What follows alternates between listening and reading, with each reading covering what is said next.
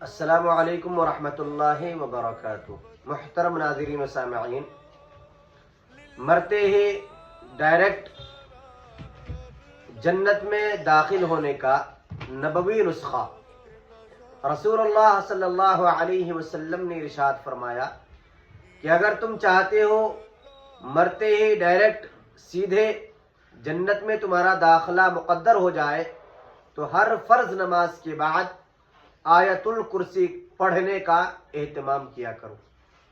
इंशाअल्लाह मरते ही डायरेक्ट जन्नत में दाखिला मुक़द्दर होगा। दरख्वास्त है कि आप हजरात भी इसका एहतमाम करें। अल्लाह की ज़ात से उम्मीद कवी है कि आपका दाखिला जन्नत में मुक़द्दर होगा। इस हदीस को इमाम नसई ने रिवायत किया है।